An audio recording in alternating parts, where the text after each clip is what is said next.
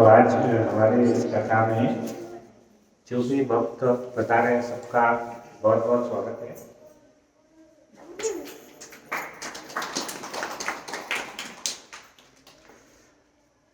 हमारा पिछले बार गुड़ी पड़वा के कारण एक हफ्ता हमारा लेट हो गया। मकर संक्रांति गुड़ी पड़वा एक ही नहीं, गुड़ी पड़वा अलग ही क्या? मराठी न्यू ईयर है वो अप्रैल में है। हाँ, मराठी न्यू ईयर। तो मकर संक्रांति का हमारा एक हफ्ता लेट हो गया, तो इसलिए हम पिछले बुधवार की जगह पे इस बुधवार को कार्यक्रम रख लिया था। तो हम पिछले बार हम ये देखे थे कि भगवान और सुदामा का मिलन, उसके बारे में करीब 2 से 2 लेक्चर हमने उसके बारे में सुने और हमने देखा कि भगवान कैसे सुदामा के पास पहले कुछ नहीं था और उन्होंने सब कुछ उसको दे दिए, इंद्र के जितना ऐश्वर्य दिए।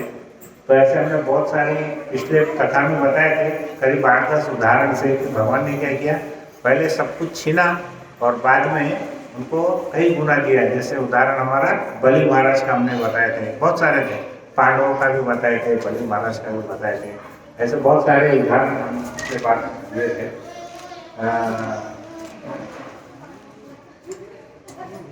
अब हम चाहते तो और 2-3 लेक्चर उस पर बोल सकते, लेकिन फिर हमारा ये टॉपिक जो रहेगा श्री कृष्ण कथा का वो थोड़ा सा लेट हो जाएगा। फिर हमने क्या किया कि अभी हम जो कृष्ण कथा हमारी बुक है, हम उसके ऊपर ही आगे के अध्याय के ऊपर में हम कथा के बारे में बोलेंगे। तो यहाँ पर हम देखेंगे कि भगवान कृष्ण और बलराम जी का वृंदावन वासियों के साथ में मिलन।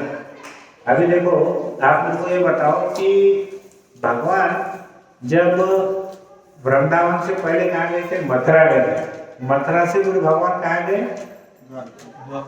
सब बोलो, कहाँ गए थे? द्वारका गए थे, बराबर है।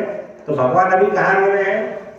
द्वारका। भगवान द्वारका में कितने साल रहे, कोई बता सकता है?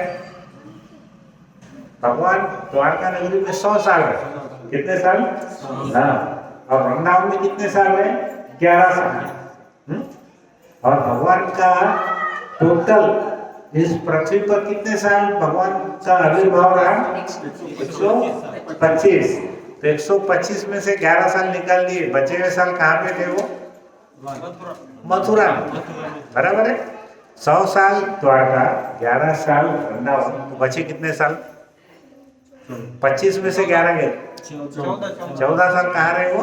मथुरा में, बराबर है।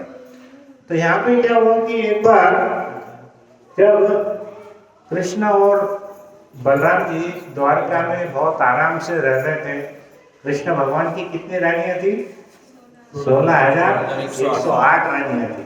उनके उतने महल थे, वो उनके साथ में रह रहे थे। तो उस समय क्या हुआ, एक सूर्य ग्रहण का बहुत ही बड़ा अवसर आया। आपको याद है कि 30-40 साल पहले हमारे यहाँ ग्रहण लगता था, हम कितना दान करते थे, उपवास करते थे। अभी 30-40 सालों में सब बदल गया। अभी सब खाओ पियो मजा करो, कोई उपवास करता नहीं, दान करते थे, कुछ नहीं। मेरे को याद है हम जब 1980 के पहले, 1985 के पहले हमारे घर में बहुत लोग आते थे, भिक्षा मांगने भी आते थे, हम दान भी करते थे, हम उपवास भी करते थे। ग्रहण छुटा तो 12 तो ऐसा सब करते थे। लेकिन अभी देखो, आप सोचो, अभी ये कहानी कब की है? 5000 साल पहले की कहानी। तो जब कितना बड़ा लोगों के अंदर में भक्ति भाव रहती थी उस समय। तो उस समय उन्होंने क्या किया, एक बहुत बड़ा सूर्य ग्रहण आया। यह सूर्य ग्रहण बहुत ही दुर्मिल था, मराठी में दुर्मिल बोलते हैं, बहुत ही दुर्मिल था। बोले तो ये कैसा है, जो ब्रह्मा जी के एक दिन में जो एक कल्प आता है, उसमें वो सूर्य ग्रहण एक ही बार आता है। ऐसा इतना बड़ा वो सूर्य ग्रहण आया था। तो उसमें क्या हुआ, सभी लोगों ने उस समय कुरुक्षेत्र में स्नान करने का सोचा। कुरुक्षेत्र हालांकि ऐसी जगह जहाँ पर लड़ाई हुई थी, महाभारत की लड़ाई कहाँ पे हुई थी? कुरुक्षेत्र में। अब वास्तव में देखा जाए तो जहाँ पर लड़ाई होती वहाँ पे खून की नदियाँ बहती, बराबर है, कितने लोगों की लाशें रहती वहाँ पे। तो वो वास्तव में अगर हम भौतिक दृष्टि से देखेंगे तो कोई पवित्र स्थान हमको नहीं लगता। लेकिन चूंकि वो कृष्ण भगवान वहाँ पे मौजूद थे, इसलिए वो धाम कैसा हो गया, पवित्र धाम हो गया। तो कुरुक्षेत्र में उन्होंने क्या किया, उन्होंने एक ऐसा निर्णय लिया कि वहां पर एक जगह का नाम था समस्त पंचक। क्या नाम है? समस्त पंचक, ऐसा एक जगह का नाम था। वो जगह पर जाकर उन्होंने सोचा कि हम सब लोग इकट्ठा हो। तो उसमें खाली द्वारकावासी नहीं थे, उसमें वृंदावन वासी को भी वो खबर गई कि कृष्ण और बलराम वहां आने वाले हैं। तो उन्होंने क्या किया, वृंदावन के लोग भी वहां पर जमा हो गए, द्वारकावासी भी सब जमा हो गए, और जितने बड़े बड़े राजा थे इनसे जो जुड़े हुए थे वो सबके सब कुरुक्षेत्र में समस्त पंचक नामक स्थान पर वहां पर सब जने जमा हो गए। अब समस्त पंचक की क्या विशेषता है, ध्यान से सुनो। सबने नाम सुना है परशुराम जी का। परशुराम जी ने काय केलं होतं? परशुराम जी ने कोणी सांगू शकतो का? 21 वेळा क्षत्रियांचा नाश केला होता, बरोबर है। 21 बार उन्होंने क्या किया थे? क्षत्रियों का नाश किया। अरे आता जी पुढे असं जाईल, पुढे बसा। तो उन्होंने क्या किए थे, क्षत्रियों को के अंदर में बहुत अहंकार आ गया था। सहस्त्रार्जुन। तो उन्होंने क्या किया, उनको बहुत अहंकार आ गया था। तो परशुराम जी ने क्या किए, पूरे के पूरे जितने भी क्षत्रिय थे उनका समूल नाश किया। एक बार दो बार नहीं, कितनी बार? 21 बार उन्होंने उनका। और जिससे क्या हुआ, उन क्षत्रियों का जो रक्त है उसकी नदियां बहने लगी। और वो नदियां जब बहने लगी तो उन्होंने क्या किया, परशुराम जी ने समस्त पंचक में 5 ऐसे झीलें बनाई। पानी की जो झील रहती ना, वो झीलें बनाई। मराठी में झील बोलते हैं, झरना नहीं, झरना अलग है। झरना बोले तो ऊपर से पाणी गिरतं है ना, पाणी जिथं अलग जमा होतो त्याला काय म्हणतात? तालाब। ऐसे उन्होंने क्या किया, 5 बड़े बड़े तालाब बनाए, जिसके अंदर में क्या था, वो क्षत्रियों का रक्त भरा हुआ था उसके अंदर। और अब यहाँ पर प्रभुपाद जी उनके तात्पर्य में क्या बोलते हैं, हालांकि ये देखा जाए तो परशुराम जी कौन है, वो विष्णु तत्व है, बराबर है। तो अगर जो भी विष्णु तत्व रहते हैं उनको अगर किसी का वध किए तो उसका पाप नहीं लगता। ऐसा हमारे शास्त्र में कहाँ बोला गया है, ईशोपनिषद में ऐसा बोला गया है कि जो विष्णु तत्व रहते हैं अगर वो किसी कल्याण के कारण किसी का वध करते हैं तो उनको पाप नहीं लगता।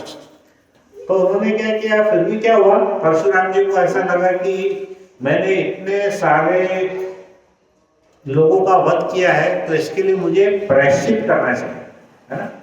तो प्रायश्चित करने के लिए उन्होंने क्या किया, एक आदर्श चरित्र प्रस्तुत किया कि भाई मैं अगर गलत ऐसा कहूँगा तो आने वाली जो पीढ़ियाँ है वो भी गलत काम करेगी, ऐसा उनको लगा। क्योंकि सबको परशुराम जी विष्णु तत्व है और विष्णु तत्व को पाप नहीं लगता है, सबको मालूम नहीं रहता है, बराबर है। लोग क्या करते हैं, खाली जो अपने से बड़े हैं उनकी नकल करते हैं, लेकिन उनको कुछ अलग से पावर है क्या, वो उनको मालूम नहीं रहता है।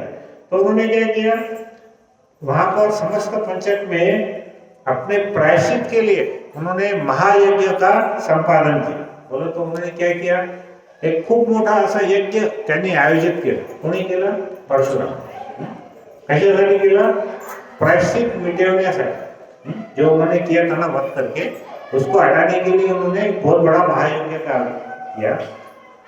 यहाँ पर ऐसा संदेश है कि देखो कभी कभी दुष्टों का नाश करने के लिए हत्या करना जरूरी है, बराबर है। भगवान ने कितने लोगों का संहार किया, तो जरूरी है ना। उनको प्रेम की भाषा समझ में नहीं आती, उनको वार्निंग दिए तो समझ में नहीं आती, तो उनको क्या करना पड़ेगा, अंत में उनका वध करना पड़ेगा, हत्या करनी पड़ेगी। लेकिन फिर भी शास्त्र के हिसाब से किसी की हत्या करना ठीक नहीं।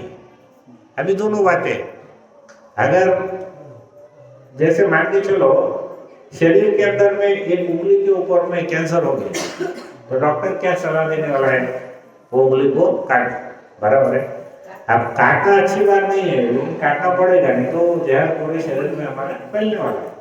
वैसे ही हत्या करना अच्छी बात नहीं है, लेकिन जो पापी लोग हैं उनका अगर हम वध नहीं करेंगे तो वो समाज को पूरा खराब कर देंगे। तो उन्होंने क्या किया, सूर्य ग्रहण का लाभ उठाते हुए सभी महत्वपूर्ण व्यक्तियों को उस स्थान के दर्शन करने की सलाह दी, जिन्होंने परशुराम जी। तो अब यहाँ पे क्या हुआ, जो जितने भी बड़े बड़े वृद्ध लोग थे, वयोवृद्ध थे, उसमें कौन कौन थे, उसमें थे श्री अक्रूर जी। अक्रूर जी कृष्ण भगवान के चाचा लगते थे, काका लगते थे। उसके बाद में वसुदेव जी, उसके बाद में उग्रसेन जी जो कृष्ण के नाना लगते थे। ये सब वहां पे पहुंचे दर्शन करने के लिए। और जो किशोर थे, यंग बच्चे थे, तरुण जो थे, उसमें वो कौन थे, जितने भी कृष्ण के बालक थे, उसमें कृष्ण को एक एक रानी से कितने कितने बच्चे थे, 10 लड़के और एक लड़की, तो 16,108 गुणिले 10। अब ये जो है ना, हमारे दिमाग के सब बाहर है ना, इसमें हम कैलकुलेशन नहीं लगा सकते। आप देखो, हम अगर सोचेंगे प्रभु जी 16,108 रानियां कैसे रहेंगे, तो हमारा प्रश्न है कि गिरिराज पर्वत छोटी सी उंगली से कैसे उठाए, कालिया के ऊपर भगवान नाच कैसा किए। ये सब, इसको क्या बोलते हैं, अचिंत्य, जो हम जिसका चिंतन नहीं कर सकते, है ना, वो हमारे दिमाग के बाहर है, क्योंकि ये भगवान की लीला है। इसको हमको भक्ति के रूप में श्रद्धा के साथ ही हमको सुनना पड़ेगा। अगर हम वैसा कैलकुलेशन करेंगे, तो हम जब वृंदावन धाम में उधर गोकुल में गए थे, तो गोकुल और बरसाना, वहाँ पे वो बोलते थे कि कृष्ण और राधा रोज मिलते थे।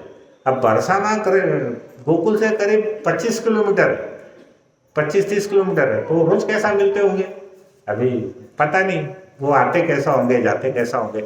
अब हमारे आचार्य षड गोस्वामी, वो रोज 43 किलोमीटर का गिरिराज का परिक्रमा करते थे, बराबर है। सनातन गोस्वामी 21 नहीं, 43 किलोमीटर, बड़ी परिक्रमा। हमारी परिक्रमा 22-23 किलोमीटर की, उनकी कितने किलोमीटर की थी, 43, 43 किलोमीटर रोज। हम कभी तो 2-4 साल में जाकर के 21 किलोमीटर की परिक्रमा करें ना, तो 4 बार लगाना पड़ते पहलवान को लेके, बहुत दुख रहा है, ये दुख रहा है, ये दुख रहा है, ये दुख रहा है। अब उसमें एकदम परेशान हो जाते हैं। अब वो ऐसे, तो ये अभी आप देखो, चलो कृष्ण भगवान की बात तो 5,000 साल पहले की है, लेकिन हमारे आचार्य तो सिर्फ 500 साल पहले की बात है कि नहीं। तो सामर्थ्य था उनके पास, हरी बोल। अभी हमारी बॉडी कैसी हो गई माता जी, प्लास्टिक की बॉडी हो गई सब। पहले मजबूत फौलाद की, है ना, है कि नहीं। अभी हम कैसा है सब इसमें। मैंने कल एक पढ़ा प्रभु जी, इंडिया में 60 साल के ऊपर लोग कितना परसेंटेज जिंदा रहते मालूम है आपको, सिर्फ 11% लोग जिंदा रहते, बाकी के करीब करीब 90% लोग 60 साल के पहले ही चले जाते। मेरे को बहुत शौक था, फिर मैंने सर्च किया गूगल में, है क्या, सही में है, और सही में था वो। उन्होंने बताया 10.5% लोग ही जिंदा रहते 60 साल तक। अभी हाँ, जापान के अंदर में 100 साल के ऊपर के 1 लाख लोग जिंदा है उधर। डॉक्टर साहब को पूछा अभी कैसा है। तो हमारे क्या इधर भी खाना पीना, हमारा वातावरण, फिर हम कुछ व्यायाम नहीं कर रहे, कुछ खा रहे पी रहे बराबर नहीं, जो भी कारण है। तो पहले के लोग हमारे कितने मजबूत थे। हमारे घर में एक बाई काम करती, उसकी सासू माँ की सासू 120 साल की, अभी भी जिंदा है, 120 साल। वो बोले खुद का काम करती, कपड़ों खुद के धोती, खाना भी बनाती, 120 साल की, वो हमारे घर में ही काम करती थी। तो मैं सोचा अरे बाप रे, ये अगर ऐसे लोग अपने पास भी है ऐसा, लेकिन वो कितने नियमित रहते होंगे। तो मेरा बोलने का मतलब क्या था कि जितने भी बड़े लोग थे वो आए, उसके बाद में किशोर अवस्था में जो लोग थे, कृष्ण भगवान के जो बेटे थे, उसमें से कुछ 2-4 नाम है। अपन अगर एक को 10-10 बच्चे और उसके प्रमुख रानियों के 8 जनों के 80 बच्चों के नाम मैंने पढ़ा था, तो मैं बोला अरे बाप रे, ये 16,100 के किधर याद रहेंगे अपने को एक बिना। तो उसमें जैसा मेन में थे, प्रद्युम्न था, साम था, और यदुवंश के बहुत सारे सदस्य थे। अभी देखो यदुवंश बोले तो कौन सा, आप ध्यान रखो, द्वारका। यदुवंश कौन है, द्वारका। तो वो उधर के यदुवंशी थे। और वो अपने, अब क्या हुआ, कि जब परशुराम जी ने एक उदाहरण ऐसा रखे कि मैंने किसकी हत्या किया तो मेरे को उसका प्रायश्चित करना चाहिए, तो बाकी के जितने भी योद्धा थे उनके मन में भी क्या विचार आया, अरे जब परशुराम जी जो खुद भगवान के विष्णु तत्व है वो प्रायश्चित करना चाह रहे, तो हम भी तो क्षत्रिय है, हमने भी तो बहुत लोगों का वध किया ना, युद्ध में क्या करते, आपण काय युद्धात काय करणार आहे ते, दूसऱ्या लोकांची म्हणजे हत्याच करणार है ना एका जैसे। तो उनको ऐसा लगा कि चलो हम भी जाते हैं और हम भी प्रायश्चित करें, तो पूरा द्वारका उधर आ गया वहां पे प्रायश्चित करने के लिए। हाँ? और वो सबके सब वहां आ गए, और चूंकि यदुवंश के सभी सदस्य द्वारका छोड़कर आए थे इसलिए द्वारका की रक्षा करना भी जरूरी था, तो उन्होंने क्या किया, क्योंकि पुराने टाइम में क्या होता था, अगर जो वीर योद्धा लोग बाहर चले गए तो दुश्मन क्या करते थे, वो उस नगरी के ऊपर में आक्रमण कर सकते थे। तो उन्होंने क्या किया, यदुवंश की जो सेनापति था उसका नाम था कृतवर्मा, और प्रद्युम्न का पुत्र था अनिरुद्ध, और बहुत सारे ऐसे महान योद्धाओं को उन्होंने क्या किया, जैसे हम घर पे जाते थे जैसा ताला मार के जाते ना, वैसे पुराने जमाने में क्या करते थे कि पूरी नगर की सुरक्षा करने के लिए कुछ सेनापति और वीर योद्धाओं को उधर छोड़ के जाते थे। वैसा वो छोड़ करके किधर आ गए, वो यहाँ पर कुरुक्षेत्र में आए, द्वारका से कुरुक्षेत्र। द्वारका किधर है, कौन से राज्य में द्वारका, गुजरात में। और कुरुक्षेत्र का है हरियाणा, हरियाणा बोले तो दिल्ली के पास, बराबर है। तो गुजरात से वो कहाँ आए थे, दिल्ली के पास, हरियाणा में है, करेक्ट। तो यहाँ पर यदुवंशियों की सुंदरता का वर्णन, यदुवंशी कितने सुंदर थे उसके बारे में बता रहे हैं कि वो बहुत सुंदर थे। अब यदुवंशी किसके संबंधित थे, कृष्ण भगवान के, बराबर है। तो कृष्ण भगवान से जो भी संबंधित रहेगा वो कैसा दिखने वाला है, एकदम सुंदर, ऑटोमेटिक, बराबर है। और उनकी सुंदरता में क्या हुआ, जब वो स्वर्ण माला थी उनके गले में, पुष्पहार थे, पुष्पमाला थे, और शस्त्र लेकर के वो वहां पर प्रकट हुए थे, तब वो जितने वो सुंदर थे उससे 100 गुना ज्यादा सुंदर लग रहे थे जितने भी यदुवंश के थे, कृष्ण के रिश्तेदार थे। वो काय पे आए थे, उनके बहुत शानदार रथ थे और बहुत विशाल घोड़े थे, उसको खींच रहे थे रथों को, और कुछ जने तो ऐसे बड़े बड़े तगड़े हाथी के ऊपर बैठ करके आए। अभी देखो द्वारका से हरियाणा हाथी पे बैठ के आना अभी हम सोच भी नहीं सकते, हमारे को ट्रेन में बैठे तो थक जाते हैं, बराबर है कि नहीं गुरुजी। हाँ, तो उस समय कितना धीरे धीरे धीरे धीरे चलते चलते आए होंगे, ऐसा महीनों महीनों लगते थे किधर भी जाने के लिए। लेकिन उनमें जैसा माता जी बोले, उनमें सामर्थ्य था, तगड़े थे, वो थकते नहीं थे। हाँ, हम ट्रेन में एसी में सोकर भी थक जाते और वो घोड़े के ऊपर बैठ के, हाथी के ऊपर भी बैठ के थकते नहीं थे। और उनकी जो पत्नियां थी वो बहुत सुंदर सुंदर पालकियों में आ रही थी। अब आप सोचो, एक पालकी को 4 आदमी लगते उठाने, वो 4 आदमी भी बहुत सुंदर थे। वो उनकी पत्नियों को लेकर के वो भी पैर पैर धीरे धीरे धीरे धीरे उनके पीछे पीछे आ रहे थे। तो ऐसा सब चल रहा था उनका। और वो देवताओं के स्वर्ग सभा के समान सुंदर लग रही थी। तो उनकी जो पत्नियां हैं वो भी बहुत सुंदर लग रही थी, और ये जो पुरुष थे वहां के वो भी बड़े सुंदर लग रहे थे। तो कुरुक्षेत्र में पहुंचते हुए क्या हुआ, सबसे पहले उन्होंने यदुवंशियों ने वहां पर स्नान किया, और प्रायश्चित हेतु उन्होंने क्या किया, जितने भी संपूर्ण ग्रहण का जो समय था उसमें उन्होंने उपवास किया। अभी देखो क्या होता है, मैं आपको बताता हूँ। हम धीरे धीरे धीरे धीरे है ना, हमारी संस्कृति में हम थोड़ा भूलते जा रहे हैं कि ये चीज करने से क्या होता है, वो चीज करने से क्या होता है, ऐसा हमारा, क्योंकि हमको ऐसा कुछ नहीं है ना, आज ग्रहण किए तो कल 10 लाख रुपए मिल रहा है, ऐसा तो कभी होता नहीं। तो हमको लगता है कि ये सब कुछ तो भी इसमें फालतू बातें है। अपने को कैसा हो गया, सब पैसे से रिलेटेड है, कुछ मिलता है क्या सामने तो करने का, नहीं मिलता तो छोड़ने का। लेकिन आप यकीन करो, हम जब भगवान ने जो शास्त्र में लिखा हुआ है हम उसका जब पालन करते हैं तो धीरे धीरे धीरे धीरे हमको उस बहुत सारी ऐसी चीज़ें हैं जो हमको ऐसे मन के अंदर में वो चीज़ें मिलने लगती है। जैसे अभी आपके ऊपर में किसी चीज़ का बहुत दिमाग पे तनाव है, अगर हम ये सब चीज़ें करते हैं ना, जैसे उदाहरण के लिए हमने ग्रहण की का उपवास की, हम ये चीज़ ऐसी करना चालू किए तो आप देखेंगे हमारे शारीरिक और मानसिक रूप के अंदर में बहुत ज़्यादा फर्क आने वाला है। हमारे ऊपर में कोई बीमारी नहीं आने वाली है, मानसिकता आपके पीछे, आप काम भी ज़्यादा करेंगे तो आप थकने वाले नहीं हैं। ये सब चीज़ें क्या होता है, हम ये धीरे धीरे भूल रहे हैं। अभी आप देखो, हम किसी को क्या हुआ, एक बार छोटा बच्चा था 7-8 साल का, उसको पूछा एक जने ने, अरे तेरे को क्या हो गया? वो बोला अभी मैं बहुत टेंशन में हूँ। अरे टेंशन वर्ड हमको मालूम ही नहीं था कितने साल तक, कम से कम 20-25 साल तक हमको टेंशन वर्ड ही मालूम नहीं था। वो उसके पिताजी नहीं कि मारे, यार क्या क्या टेंशन है तेरे को? तू पैसे कमा रहा है क्या, घर चला रहा है, तेरे को टेंशन क्या है? अभी फुकट है टेंशन, तनाव लेके बैठे हुए लोग, है ना। कुछ काम नहीं है उसका भी टेंशन, ज्यादा काम है उसका भी टेंशन, बहुत खाने को मिल रहा तो टेंशन, नहीं मिल रहा तो टेंशन, कोई भी बात का जबरदस्ती का टेंशन। क्यों? क्योंकि हम अध्यात्म से दूर जाते। करेक्ट है। तो हमको इन्होंने क्या किया, सब वहां पे ग्रहण काल में उपवास किया और ब्राह्मणों को हजारों गाय दान। अब देखो, उस समय अगर 1000 गाय दान करी तो हमने जिंदगी में एक गाय तो भी दान करना चाहिए, बराबर है कि नहीं? हाँ, हमने कोशिश करना है। अभी आज के इसमें समझो गाय नहीं दे सकते तो गाय की जो पेट रहती है वो तो भी दान कर सकते, कुछ ना कुछ करना चाहिए। वो बोलते हैं ना, फूल नहीं तो फूल की पाकड़, उसको ही हमने देना चाहिए। जितना हमारा सामर्थ्य है, 100 रुपए का है तो भी दे सकते हैं, जितना जिसका कैपेसिटी है उतना उसमें देना चाहिए।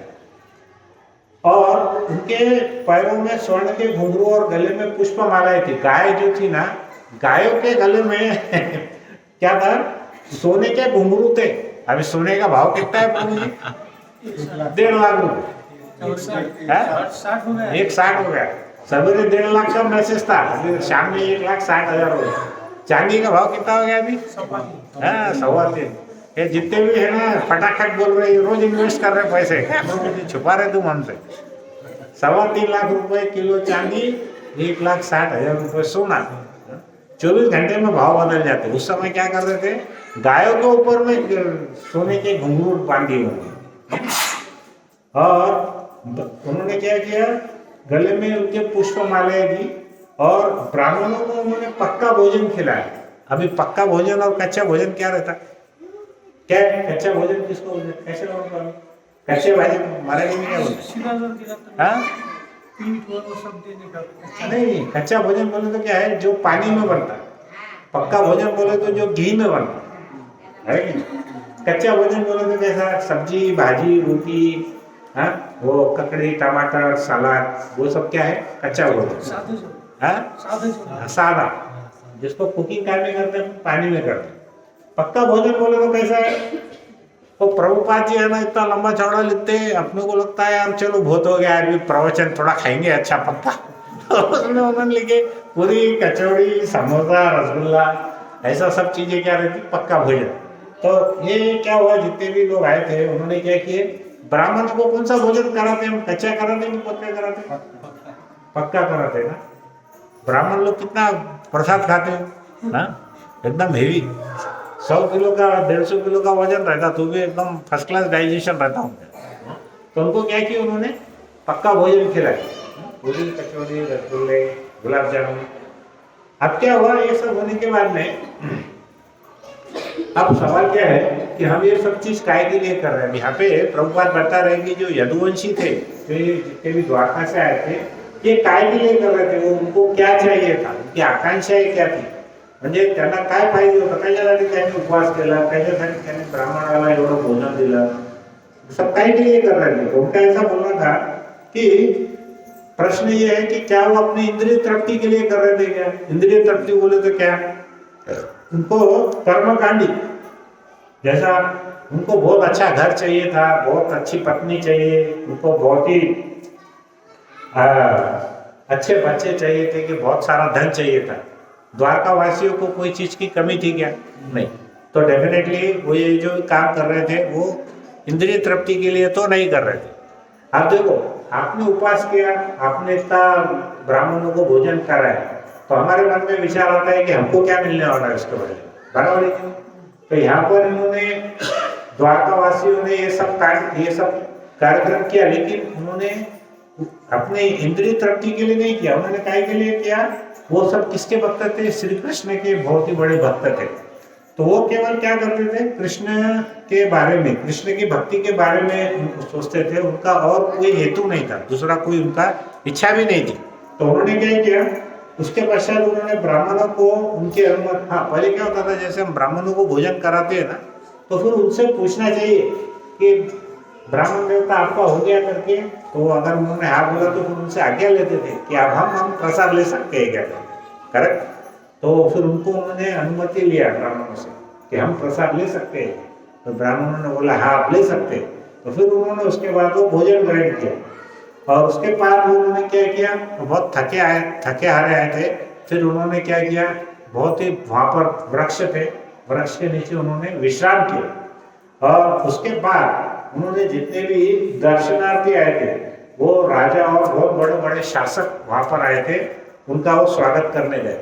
देखो अभी प्रश्न ये है, दर्शनार्थी मतलब दर्शन करने वाले लोग, तो किसका दर्शन करने आए थे?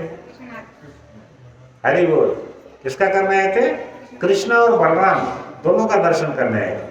तो ये जितने भी द्वारकावासी थे, ये लोग क्या किए, बाहर के जितने राजा आए थे उनको वेलकम करने के लिए, उनका स्वागत करने के लिए वो विश्राम करे, पहले भोजन प्रसाद लिए, आराम किए, फिर उनका वेलकमिंग किए। तो उसमें प्रमुख राजा कौन कौन से थे? 5-7 राजा के नाम बताता हूँ, उसमें बहुत लंबी लिस्ट थी, लेकिन जो नाम हमने सुने हैं, कौशल देश के राजा थे, विदर्भ देश के राजा थे, कुरुक्षेत्र के थे, कंबोज के थे, केके प्रदेश के थे, मत्स्य राज थे, कुशीनर थे, ऐसे बहुत सारे बड़े बड़े राजा आए थे। तो इसमें क्या हुआ, कुछ मित्र राजा थे और कुछ उसमें विरोधी राजा भी थे। अब वहां पे देखो, कभी भी ऐसे सूर्य ग्रहण में ऐसा कुछ नहीं था कि आपके खाली मित्र लोग ही आएंगे, उसमें तो कोई भी आ सकता है। तो कुछ मित्र थे और कुछ विरोधी राजा भी आए थे।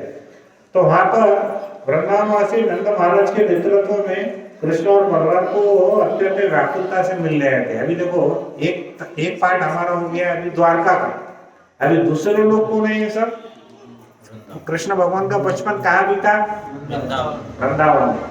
अभी आप सोचो, वो कृष्ण भगवान जिनके भीतर पूरे के पूरे गोप और गोपी, यशोदा मैया, नंद बाबा एक क्षण भी नहीं रह सकते थे, वो 100 साल के बाद मिल रहे। आप ऐसा सोच सकते हैं?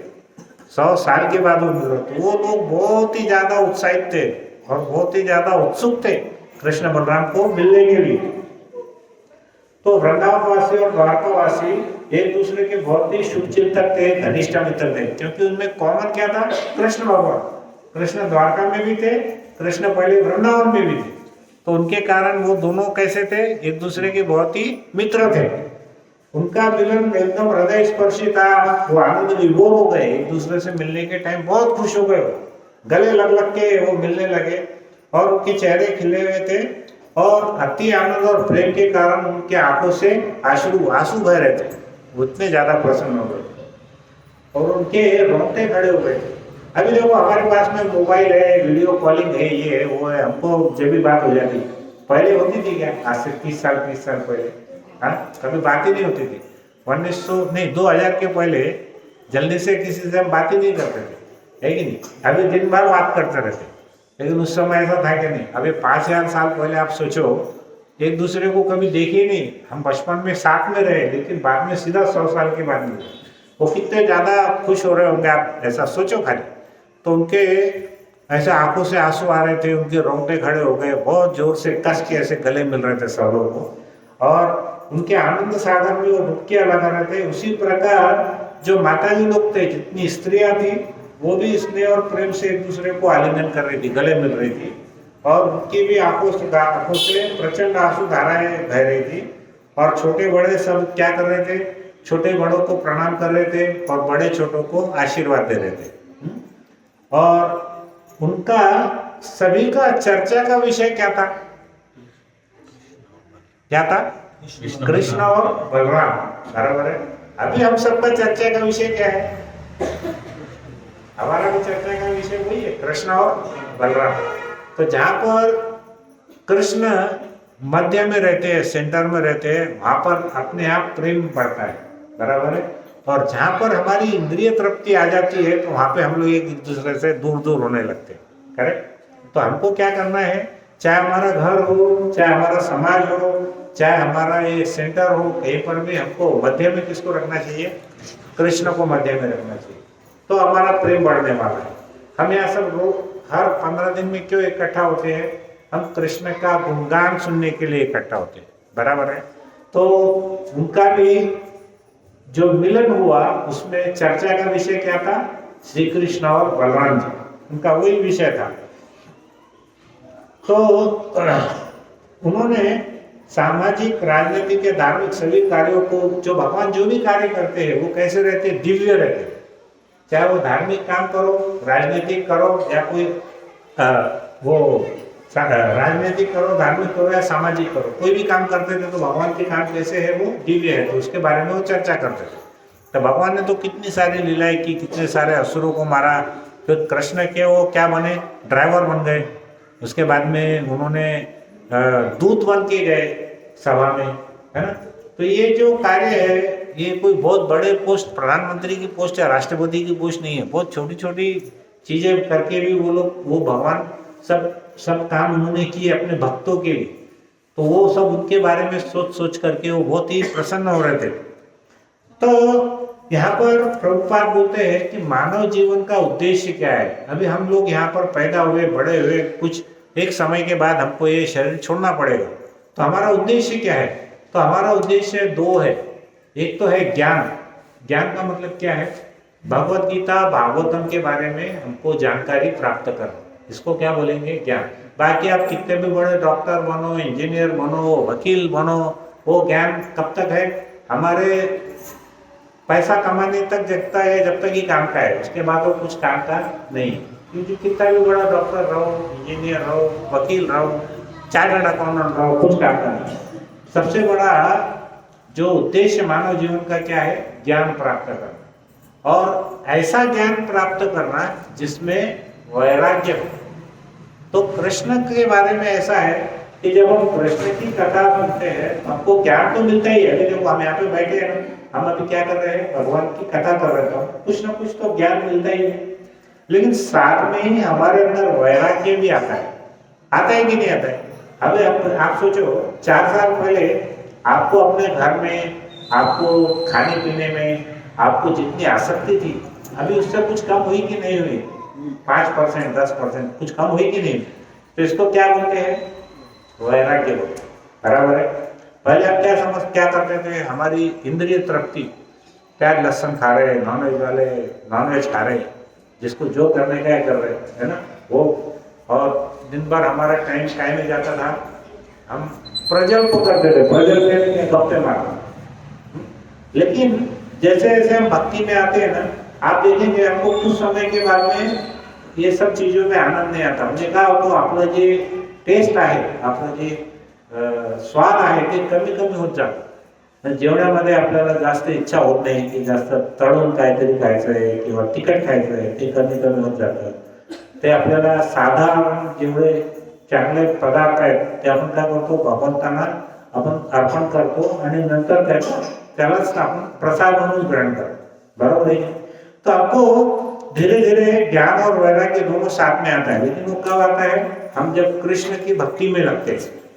और हमारे श्रीमद् भागवतम के पहले स्कंद में यही कहा गया है, श्री कृष्ण के प्रति भक्त अपने आप ही पूर्ण रूप से ज्ञान और वैराग्य उत्पन्न करता है। तो जो भी भक्त है ना, श्रीमद् भागवत, हम अभी क्या पढ़ रहे हैं? श्रीमद् भागवत में पढ़ रहे हैं, है ना। जब वो सुनता है तो उसके अंदर ज्ञान और वैराग्य उत्पन्न होता है। तो सभी यदुवंशी जो थे, भगवान के जितने भी संबंधी थे, उनका मन किस पर केंद्रित था? श्री कृष्ण के ऊपर में केंद्रित था। उनका संपूर्ण ज्ञान का यही लक्ष्य है, अतएव वे सभी भौतिक कार्यों से अपने आप मुक्त हो गए थे। देखो, अगर हम हमारे रोज के कार्य कर रहे हैं, मान के चलो माता जी लोग प्रसाद बनाते हैं, बराबर है, बच्चों का ध्यान रखते हैं, घर के अपने पति का ध्यान रखते हैं, उनको भी बहुत काम है। प्रभु जी जो खेती करते हैं, व्यवसाय कर रहे हैं, डॉक्टर है, इंजीनियर है, जो बिजनेस है वो व्यवसाय कर रहे हैं, जो भी कर रहे हैं, जो भी कार्य कर रहे हैं, लेकिन वो कार्य करते हुए उनका ध्यान कहाँ रहना चाहिए? कृष्ण के ऊपर। जो भी काम करें, मुखा काम हाथी काम, बराबर है कि नहीं? कौन बोलता था ऐसा? संत तुकाराम महाराज, ते काय म्हणायचे नेहमी, तुम्ही हातीमध्ये तुम्ही किती काम ठेवलं तर मुखात काय असलं पाहिजे, भगवंताचं नाम असलं पाहिजे. हरे कृष्णा कृष्णा कृष्णा हरे हरे, हरे राम राम राम हरे हरे. तो हमको क्या करना है कि हम कितना भी काम करेंगे तब भी हमारा ध्यान भगवान के नाम के ऊपर में हमने कॉन्सेंट्रेट केंद्रित करना चाहिए.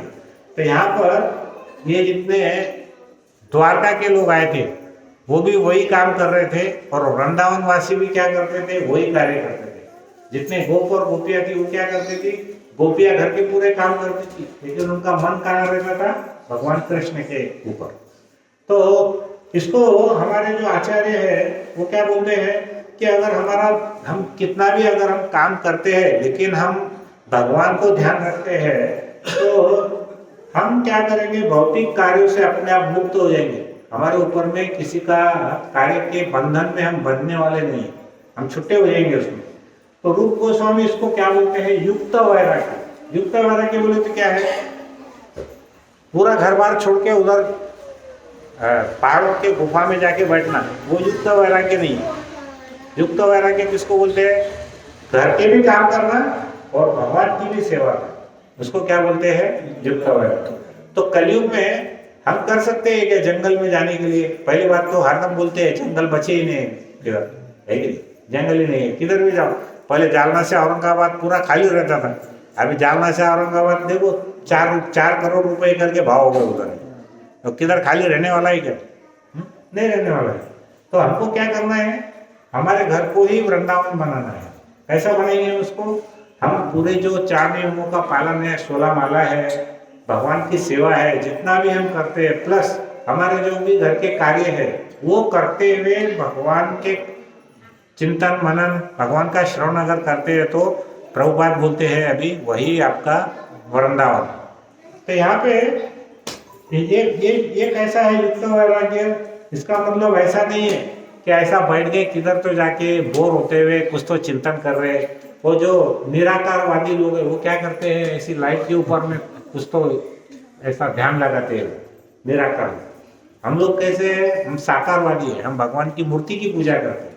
हम देखते हैं यहाँ पे विठल रुक्मिणी में भगवान कैसे ऐसे खड़े हैं, ईंट के ऊपर खड़े हैं, फिर उनकी हम कथा सुनते हैं तो हमको उसमें रस आता है. लेकिन अभी आप बल्ब को देखेंगे, बोलेंगे भगवान क्या है, तो भगवान प्रकाश है, प्रकाश का पुंज है. फिर अभी हम कितनी देर भगवान को ऐसा करके माला कर सकते हैं, उसको नहीं कर सकते, बराबर है. तो ये जो हमारा वैराग्य, युक्त वैराग्य कैसा है, ये रस भरा है, इसमें निरस नहीं, इसमें रस. तो यहाँ पर उसके बाद में क्या हुआ, जो कुंती देवी थी, कुंती महारानी कौन है, किसकी माता है वो, पांडवों की माता का नाम क्या था, कुंती देवी. और उनके भाई का नाम क्या था, कृष्ण के पिताजी क्या नाम था उनका, वसुदेव, है ना. वो नंद बाबा वो दूसरे पिताजी जिन्होंने उनको बड़ा किया, लेकिन पैदा किसने किया था, वसुदेव ने. तो कुंती और वसुदेव वहां पे दोनों मिलते हैं, है कि नहीं. कुंती महारानी कहाँ से आई है, वो दिल्ली से. दिल्ली का नाम क्या था, हस्तिनापुर. तो हस्तिनापुर से भी लोग आए, वृंदावन से भी लोग आए और द्वारका से भी लोग आए, और इसके अलावा आसपास के इनके जितने राज्य थे वहाँ से भी सब लोग आए, बराबर. धार्मिक स्थान पर ऐसा कोई बंधन नहीं है कि सिर्फ मंटा के लोग आएंगे, जालना के नहीं जा सकते, हाँ, संभाजी नगर के आएंगे तो नागपुर के नहीं आ सकते, ऐसा कुछ नहीं, सभी आ सकते हो. तो सभी लोग वहाँ पर आए थे. तो क्या हुआ, वो दोनों अपने पुत्र और पुत्र वधुए, मतलब उनकी बहू, उनका बेटा और बहू सब लेकर के आए थे साथ में उनको. और उनकी पुत्र वधुए उनके बच्चों के साथ में बहुत ही दिनों के बाद वो मिले, दीर्घ काल के बाद उनका मिलना हुआ था. और कुंती देवी ने जैसे अपने भाई को देखी तो बड़ी वो भावुक हो गई और उन्होंने बोले कि भैया आप तो एकदम संत जैसे भाई है मेरे, लेकिन मैं इतने सालों से इतने ज़्यादा दुख झेली मैंने. सबसे ज़्यादा दुख किसने झेला, कुंती महारानी. कुंती देवी ने इतने दुख झेली तो उन्होंने पूछा कि भैया आपने मेरे इतने सारे दुख मैंने झेले, लेकिन आपने आज तक कभी भी मेरे हालचाल नहीं पूछा एक भी बार। तो उसको उसका बड़ा दुख हो रहा था कि मेरा भाई होके भी उन्होंने मेरे बारे में कुछ पूछताछ नहीं किया कि भाई बहन तुम कैसी हो करके। वो भले कुछ करते या नहीं करते, लेकिन अगर हमारा कोई नज़दीक वाला पूछता है ना, प्रभु जी आप कैसे हैं, क्या कर रहे हैं, तो हमको थोड़ा अच्छा लगता है उसमें, है ना। और तो उनके भाई थे, तो उन्होंने बोला कि आप मेरे जीवन की इतनी दुखद स्थिति थी, आपने कभी भी मेरे हालचाल पूछा ही नहीं आपने। तो उसको बहुत दुख होने लग गया माता जी को। तो कोई जिज्ञासा भी नहीं की। प्रिय बंधु, मैं समझ सकती हूँ कि ईश्वर किसी के विरुद्ध जब कार्य करता है ना, देखो हमारे ग्रहमान अगर उल्टे चल रहे हैं तो क्या होता है, हमारा निकट संबंधी तो छोड़ो, घर के लोग तो छोड़ो, हमारा बेटा भी हमको पूछता नहीं, बराबर है। तो वो बोलती है कि हम बोलते हैं ना शनि लग गया इसके पीछे, हाँ उसका काल उल्टा चल रहा है। बोले तो क्या हुआ, जब कुंती महारानी का सब जो जीवन है वो कहाँ बीता, वो जंगलों में बीता। और के ऊपर में वो कौरवों ने कितना अत्याचार किए, उनको जलाने का कोशिश किए, लाक्षागृह में जलाने का प्रयत्न किए, उनको मारने का प्रयत्न किए। तो वो बोलने लगी कि मैं समझ सकती कि अगर भगवान ही हमारे विरुद्ध है, भगवान हमारे विरुद्ध है, तो फिर हमारे कोई सगे संबंधी, यहाँ तक कि हमारे बेटा बेटी भी हमको पूछते नहीं है। तो बोले मैं आप पे कोई भैया आप पे आरोप नहीं लगा रही, लेकिन मेरे मन में जिज्ञासा है कि आपने मेरे बारे में अभी तक कभी पूछे क्यों नहीं। ऐसा कुंती महारानी के मन में ये विचार आ रहा था बार बार कि मेरा भाई ने भी मेरे को आज तक पूछा नहीं। तो वसुदेव बोलने लगे कि प्रिय बहन आप उदास मत हो और मुझे दोषी भी मत ठहराओ। अब आपको मालूम है कि क्या कारण होगा कि वसुदेव ने कुंती महारानी को एक भी बार ऐसा नहीं पूछे, क्या कारण हो सकता है, सोचो ना। हाँ? माताजी सगळ्यात हुशार आहे बरं का। माताजी सांगते हरिबोल करा सगळ्यांनी एकदा, हरिबोल हरिबोल, पटकन सांगितलं त्यांनी। वासुदेव आणि देवकी कुठे होते, ते तुरुंगात होते, बरोबर है कि नहीं। अभी देखो हम खुद जेल के अंदर रहेंगे तो हम दूसरे का कुशल मंगल क्या पूछने वाले, बराबर है कि नहीं। वसुदेव और देवकी को किसने बंद करके रखा था, कंस ने बंद करके रखा। तो वसुदेव वही बोले कि देखो बहन आप मुझसे नाराज मत हो। क्यों नाराज मत हो, क्योंकि तुम्हें पता है कि जो कंस हमारा राजा था उसने हमको बहुत दुख पहुंचाया है, उसके अत्याचारों से हम बहुत ज्यादा तितर बितर हो गए, मतलब हम बहुत परेशान हो गए थे, हम एक जगह से दूसरी जगह भाग रहे थे जैसा और व्याकुल रहते थे। पिछले दिनों भगवत कृपा से हम अपने स्थानों को लौटे। भगवत कृपा मतलब क्या, कंस का वध कोने केला, कृष्ण। तो भगवत की कृपा हुई ना उनके ऊपर में। जब वो कंस को मारे तो फिर क्या किए, उनको कारावास से उनको निकाल करके लेके आए कृष्ण भगवान। तो उन्होंने बोला, उसके पश्चात क्या हुआ, वासुदेव कौन थे, कृष्ण के पिताजी थे, और उग्रसेन कौन थे, कृष्ण के नाना जी थे। इन दोनों ने क्या किया, वहां आए और सभी राजाओं का उन्होंने स्वागत किया। वहां वो श्री कृष्ण को विद्यमान देखकर सभी दर्शनार्थियों ने दिव्यानंद का अनुभव किया। अभी हम सब यहाँ पर आए हैं और अगर भगवान कृष्ण हमको दर्शन, बस खाली हो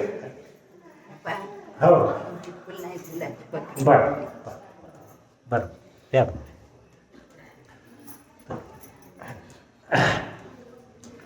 तो देखो अभी हम यहाँ पर देखेंगे कि जितने भी लोग थे वहां पे, वो उन्होंने क्या किया कि उग्रसेन महाराज और वसुदेव ने क्या किया की जितने भी दर्शनार्थी थे, जे जितके लोक भगवंताच्या दर्शनासाठी आलेले होते, त्यांच्या सगळ्यांनी काय केलं, उनको बहुत अच्छा लगा कि यहाँ पर कृष्ण आए हैं, भगवान खुद साक्षात यहाँ पर है करके। तो उसमें भी क्या हुआ, प्रमुख लोग कौन कौन आए थे दर्शनार्थी बोलते। सबसे बड़े थे भीष्म पितामह, फिर बाद में द्रोणाचार्य, कृपाचार्य, फिर उसके बाद में दुर्योधन, गांधारी, और गांधारी के पुत्र बोले तो दुर्योधन के पूरे 100 भाई वो भी वहाँ पे आए थे। उसके बाद में युधिष्ठिर महाराज थे, द्रौपदी जी, कुंती, पांडव, विदुर जी, मिथिला नरेश, कैकेयी के राजा, ये जितने भी आपस के रिश्तेदार, जितने भी मित्र राजा थे, सब वहां पर थे। कुछ विरोधी राजा भी थे। तो जब इन्होंने श्री कृष्ण को अपनी हजारों पत्नियों के साथ में देखा, तब वो बहुत ही संतुष्ट हो गए। अब आप सोचो, कृष्ण कितनी पत्नियों को लेके आए वहां? 16,108 पत्नियां। आप ऐसा सोचो, ऐसे 16,108 रथ, हाँ, वो पालकियां चल रही, इधर घोड़े चल रहे, उधर हाथी चल रहे। वो तो खाली कृष्ण भगवान का परिवार है, बाकी के कितने लोग हैं, हाँ? और उनके 10-10 बच्चे। तो अभी हमारे दिमाग के बाहर है सब, लेकिन अभी भागवतम में वर्णन है तो है ना?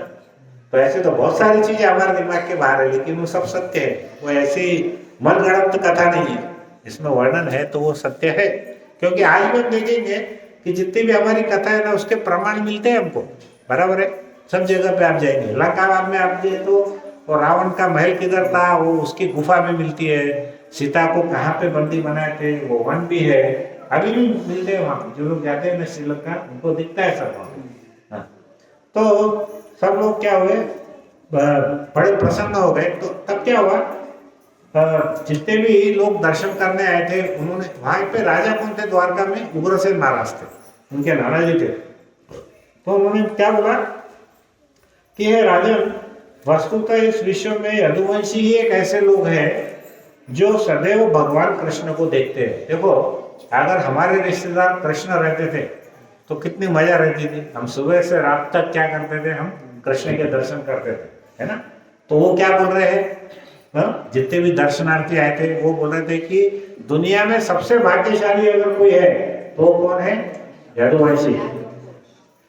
वो लोग क्या करते हैं, उनको जो लाभ मिल रहा है, जो सैकड़ों हजारों साल तक बड़े बड़े ऋषि योगी मुनि तपस्या करते हैं, उनको जो भगवान के दर्शन नहीं होते।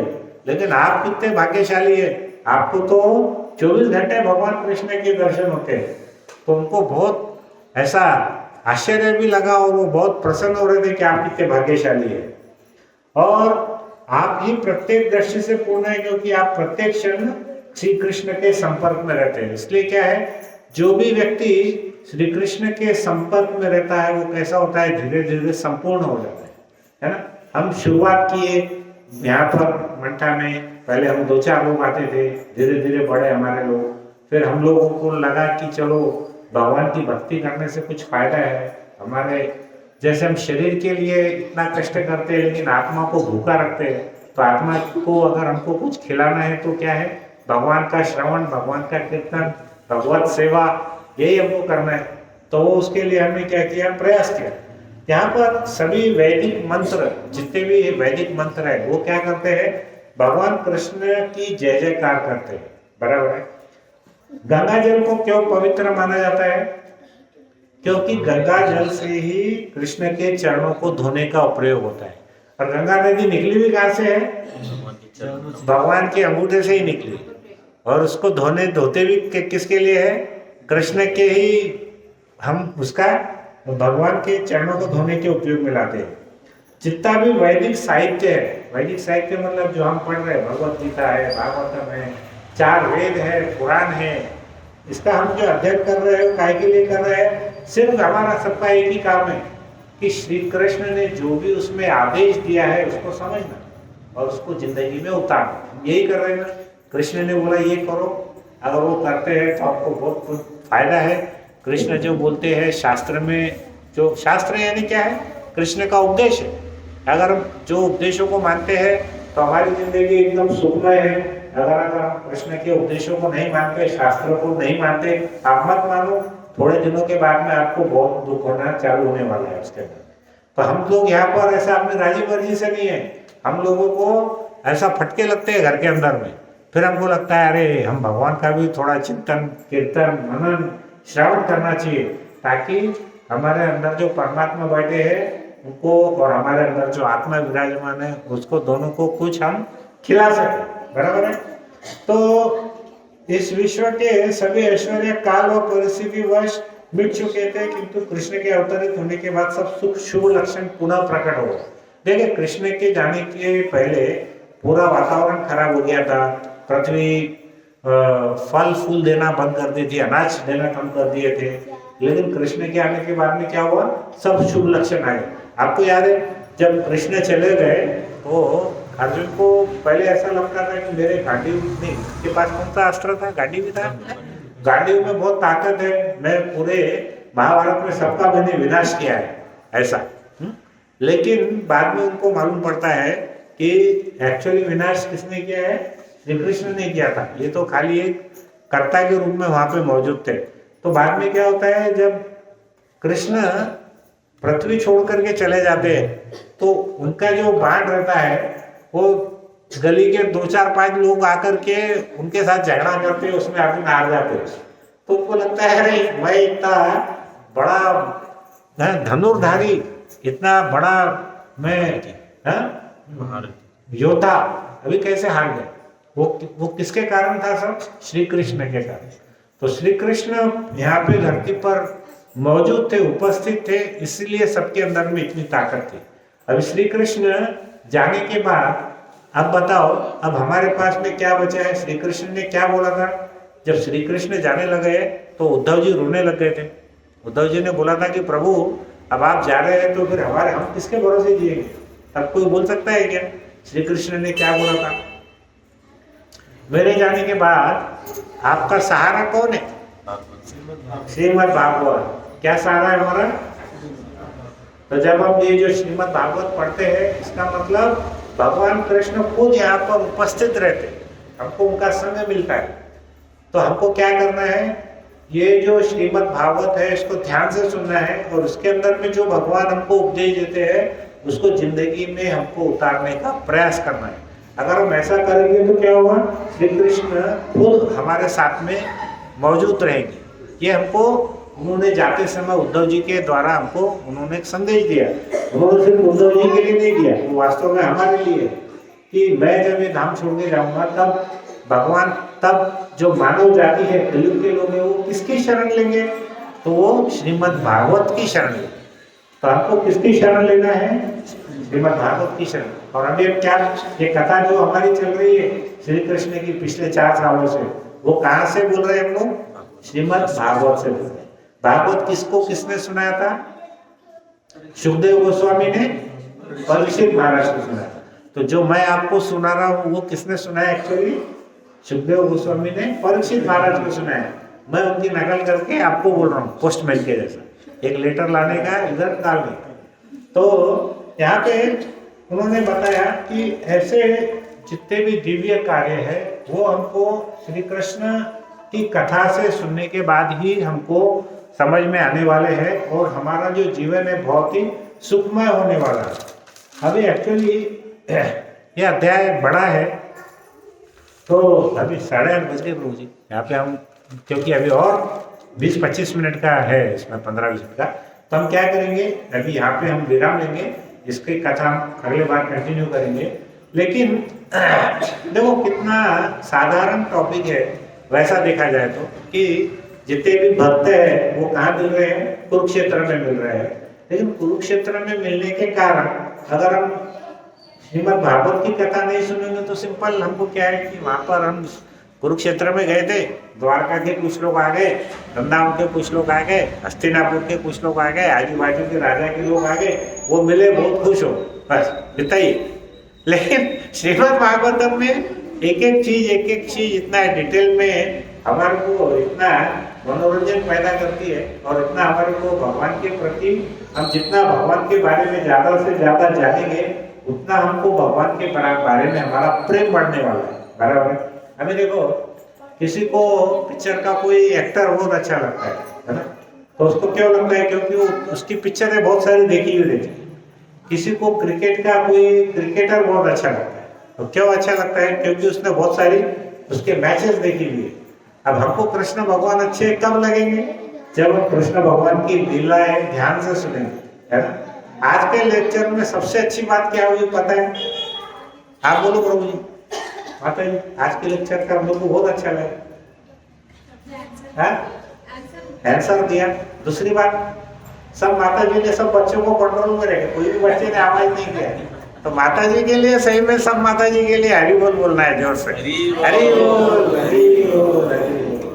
माता जी 1 घंटा आप यहाँ पे देते हैं ना, तो ध्यान से हमको अनुशासन में रहना बहुत जरूरी है, क्योंकि फिर ये समय अगर निकल गया ना, आप बाद में बहुत पछताएंगे। मैं भी पछताता हूँ कि मैं कृष्ण भक्ति में इतना लेट क्यों आया। मैं हमेशा सोचता हूँ कि चलो जब भी आया ठीक है, लेकिन मेरे को ऐसा लगता है द्रौपदी प्रभु अरे इतने जवानी में आ गए, पूनम माता जी इतने छोटे से वो भी आ गए। मेरे को लगता है अरे अमरेंद्र प्रभु क्या प्रवचन देते हैं, धुआंधार, वो कितने छोटे हैं। मुझको हमेशा एक दुख बात का ये बहुत अच्छी बात है, लेकिन मन में कहीं ना कहीं दुख रहता है कि शुरू के मेरे 25-30 साल पहले और पहले आना चाहिए था मुझे। तो मेरा सबसे बहुत निवेदन है कि आप है ना कोई भी क्लास में गैर हाजिर मत होइए।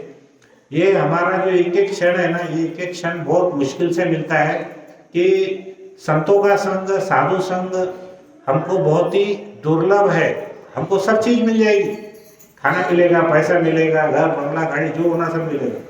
कलयुग में सबसे दुर्लभ क्या है? साधु संग। साधु संग मतलब मैं बहुत बड़ा साधु नहीं हूँ, लेकिन चूंकि मैं भगवान की कथा कर रहा हूँ तो हम लोग सब साधु हैं। हमारा एक दूसरे का संग, भक्तों का संग। तो यहाँ पर आप ये देखिए कि भगवान की जो लीला है, कथा है, वो बहुत ही मनोरंजक रहती है। बहुत सारी चीज़ें उसमें हमको सीखने को मिलती है। और इसके बाद में फिर हम क्या करेंगे, इसमें जो वास्तव में जो मैसेज है, जो संदेश है, वो हम अगले लेक्चर में हम करेंगे। अभी समय हो चुका है तो हम यहाँ पर विराम लेंगे। किसी का कोई प्रश्न है तो पूछ सकते हैं। पिछली बार मेरा एक जो अमेरिका में लेक्चर हुआ था, उसमें बहुत सारे माता जी ने प्रश्न पूछे, 4-5 प्रश्न, और वो लोग बड़ा प्रिपेयर होकर बहुत तैयारी से आते हो प्रश्न पूछने के लिए। माता जी देखो, मेरा अमेरिका का जो टाइम है ना 7:40 का टाइम रहता सुबह का। सुबह 7:40 के पहले वो 16 माला कर लेते पूरा। अब आप देखो वो माता जी लोग, प्रभु जी लोग पूरा जॉब कर रहे हैं, बहुत कड़क जॉब है। जैसा द्रौपदी प्रभु कड़क जॉब कर रहे हैं वैसे वो लोग भी कर रहे हैं। लेकिन यहाँ पे सिर्फ एक द्रौपदी प्रभु है, चिंचने प्रभु है, वहाँ पे सबके सब एक जैसे ही काम करने में।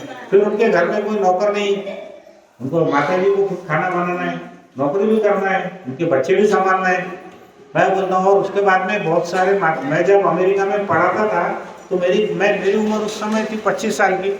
मेरे क्लास में जो स्टूडेंट आते थे 55 साल के भी आते थे, तो वो बड़े बड़े मैनेजर भी थे और वो जॉब भी करते थे। अच्छा, प्रभु जी का तो ठीक है, वो माता जी लोग बहुत आती थी। 5:30 बजे से कॉलेज रहता था, 5 बजे तक जॉब करके आती थी, 5:30 से 8:30 का कॉलेज रहता था।